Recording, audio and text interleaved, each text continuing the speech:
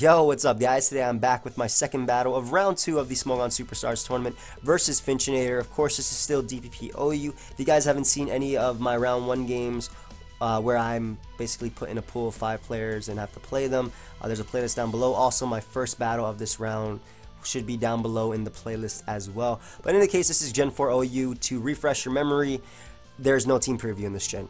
So all I see is his Venusaur at lead, and all he sees is my Metagross. It's the only Pokemon we see at the team as the game starts, going into the game. So he leads Venusaur, I lead Metagross. Now immediately when I see Venusaur, excuse me, I automatically think that okay, this is either a bulky offensive or a semi-stall type of team. This is more than likely defensive Venusaur. He probably has like a Skarmory in the back. I could definitely see Spike stacking. I could see a Heatran, some sort of bulky Fire Water Grass core like a Milotic or even a Swampert.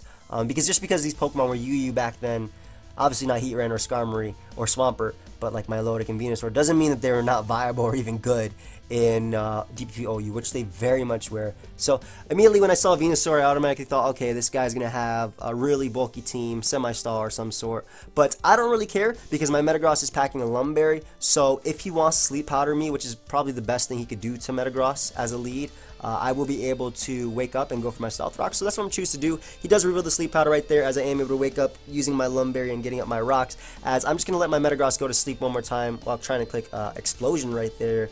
In the last battle, if you guys didn't see it, I didn't click Explosion till later on. But right here, I tried to click Explosion because I do expect him to try and Sleep Powder again. So if he missed, obviously, that would have been a dead Venusaur. But I'm going to switch out into my Dragonite because my stupid chair making sounds. This is annoying. Okay, stop. I'm going to switch out to Dragonite because the best thing he could do to Metagross if I did stay in was a potential HP Fire if he's even running it, or Leech Seed. So I switch out to Dragonite as he goes for that Leech Seed, either expecting me to switch or even just trying to just gain HP as I try and burn off some turns of sleep. In this gen, sleep turns do not reset, so like they did in Black and White. Well, I guess you guys don't really know about that because this is 6th gen that I mainly do. But in either case, I burnt off a turn of sleep with my Metagross, the first mandatory turn anyway. So I bring out Dragonite, right? And obviously I do threaten this Venusaur with a Fire Blast. I could also drop a Draco, and Finch is a good player. So knowing that he either would expect me to go for Fire Blast right here or drop a Draco, there's only 2 Pokemon he could potentially bring in if he does have them. That would either be a Heatran to resist both and obviously take the Fire Blast, or a Tyranitar to obviously take the Draco with the Sand Up and resist the Fire Blast. So I decided to click Superpower right here, expecting one of those to want to come in, especially seeing his type of team, his Venusaur as a lead. I do expect him to have a Heatran or a T-Tar, as a Heatran ends up coming out, and Life Orb Superpower is able to clean Oko the Heatran, which is great. I don't know what type of variant he was. Maybe he was Scarf, maybe he was Lava Plume defensive, but either way I'm able to knock him out. A Swampert is going to come out. Because Draco is a 2-hit KO on Swampert, and if he goes for rocks, I will be able to knock him out with 2, like I said. I do kind of expect him to go for Ice Beam, so I'm going to go right out into my Starmie. Even if he went for Stealth Rock, it did not matter because I could have Rapid Spun them away.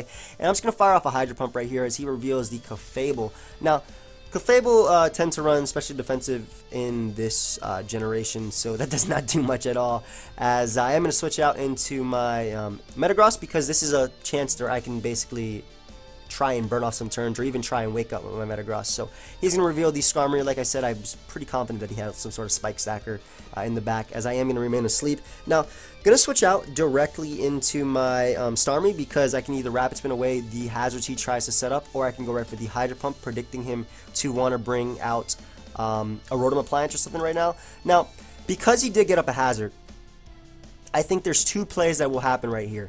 One, he's either going to switch out into Clefable to take on my Starmie, or 2, he's going to reveal his last Pokemon, which I am pretty confident is a Rotom Appliance, or at least at the time I'm thinking it's a Rotom Appliance, because Rotom, like I said in my last battle, or my first game, it is Electric and Ghost in this generation, so it can Spin Block on Starmie. So if I go for Rapid Spin, obviously it would not affect it, and the Spike would be there to stay. So I decided to actually double out into my T-Tar because not only does it catch Rotom and can Pursuit Trap and kill it, I am Choice Banded, so even if it stays in, I kill it. It can also Pursuit Trap the Clefable and do a hell of a lot. So I end up doubling out into my T-Tar as he ends up bringing out that Clefable, and just going to click Pursuit. I don't expect him to stay in. Clefable will not take any attack that I want to go for, so I do a hell of a lot with that Choice Banded Pursuit as he ends up bringing out his Swampert.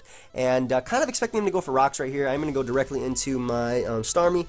a bit, I guess, risky, you could say, because I don't have recover on this Starmie, so Earthquake plus Sand neutralizing my leftovers recovery would do a lot.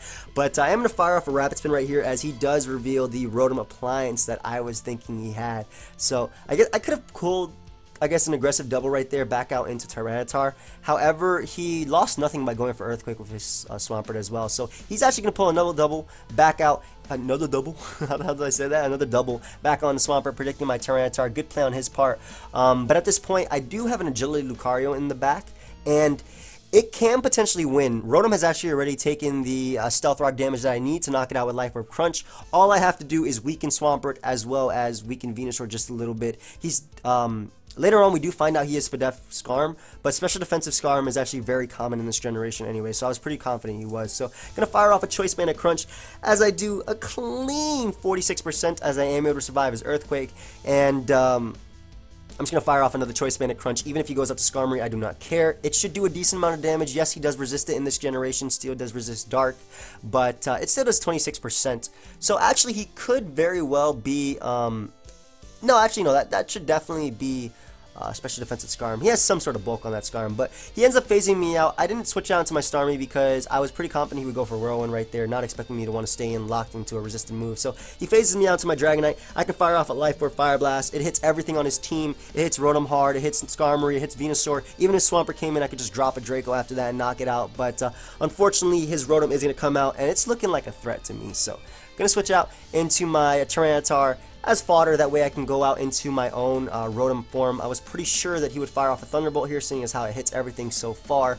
And I'm going to reveal my Rotom form. We are both Choice Scarf, so I do expect him to switch out into either Swampert or Venusaur, or maybe even make a ballsy play and go Skarmory. But I think Venusaur would be his best bet right there, because it should be able to take 2 Shadow Balls. So I'm going to fire off a Will-O-Wisp. I am running Will-O-Wisp on a Choice Scarf Rotom, as I am able to hit the Venusaur upon switch, and that's great because that's basically one of the conditions that I need for Agility Lucario to try and sweep. So right here is probably the only big mistake I feel I made in this game. Because Metagross was such an easy and obvious play, I kind of thought he would either go for a double out into Skarm or basically Swampert. That's the only things I thought he would do this turn. Or even doubling back out into his Rotom, trying to catch it. But then again, Metagross is not low enough for Rotom to knock it out. So Swampert or Skarmory were the Pokemon I thought he would double out into right here to try and get off a Roost, or even Earthquake hit my Metagross. So I ended up going for a double Will-O-Wisp, and it completely bites me in the back, because he is able to go right for a Leaf Storm. That does a hell of a lot to my Rotom. I am able to survive though, as well as the Sand, so I can come back in even with Stealth Rock. So gonna go out to my Metagross, as he is gonna go for the Leech Seed, and unfortunately misses on my Metagross. So unfortunate for him, you know, that Leech Seed miss right there. But I'm going to try and burn another turn of sleep, try and wake up right here. That way I can fire off some Meteor Mashes. Had I woken up right there, I would have been able to 2-hit KO the Skarmory with 2 Meteor Mashes. I'm pretty sure. Either way, I could have clicked Explosion, but I'm not going to wake up. So going to go out into my Starmie right here, expecting his Skarmory to want to go for Roost. My Metagross has been sleeping a long time. And right here, I'm thinking, okay, if he goes Rotom and I go for Hydro Pump, I guess I kind of win. So in hindsight, maybe I should have just went right for the Rapid Spin right now, because if I did hit the Rotom with Hydro Pump, it would have died after Stealth Rock and Sand 100%. I could have knocked out Venusaur with Ice Beam, and I could have like Hydro Pump Starmie, or Swampert, excuse me. But Skarmory is going to stay in, take this Hydro Pump, which is why I'm pretty sure he has some Spadef investment. That's a max special attack Hydro Pump, doing only 47%, as he is going to phase in my last Pokemon that he did not see, my Lucario. Now, at that range, a Life Orb Adamant Close Combat can definitely knock out his Skarmory, so I'm going to go right for that, as he ends up bringing out his Venusaur, which will go down to the combination of Sand and the Burn this turn, since Sand does go before recovery anyway. So able to knock him out, as his Rotom is going to come back out. And this is where it gets a little bit tricky. I'm basically forced to sack my Dragonite to the next Thunderbolt, as at this point my only 2 plays are either go out into my Rotom and win a speed tie and knock him out, assuming he's running a max speed and not a bulkier variant, which is very well something he could be running,